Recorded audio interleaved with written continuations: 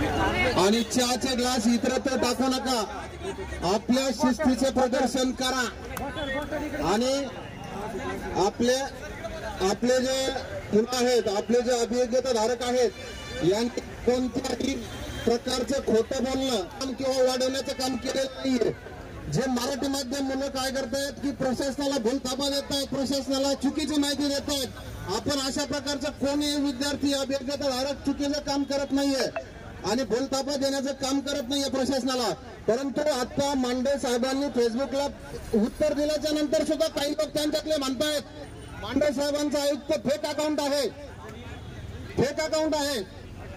म्हणजे ती गोष्ट आपल्यासाठी अभिमानास्पद आहे की त्या लोकांचा आयुक्तांवर सुद्धा विश्वास नाहीये, आयुक्तांवर सुद्धा विश्वास नाहीये.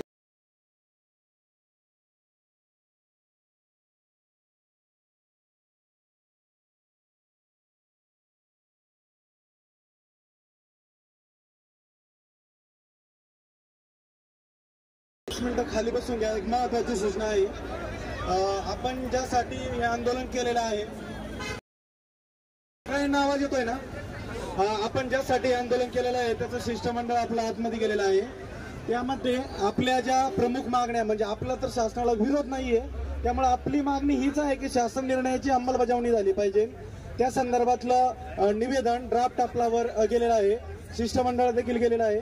त्यामध्ये ते ज्यावेळेस खाली येतील त्यावेळेस आपल्याला तो इतिवृत्तांत जे त्या ठिकाणी घडलंय ती सगळी सविस्तर माहिती आपल्याला मिळेल. आणि त्या तत्पूर्वी आपण सगळ्यांनी घोषणा द्याव्या.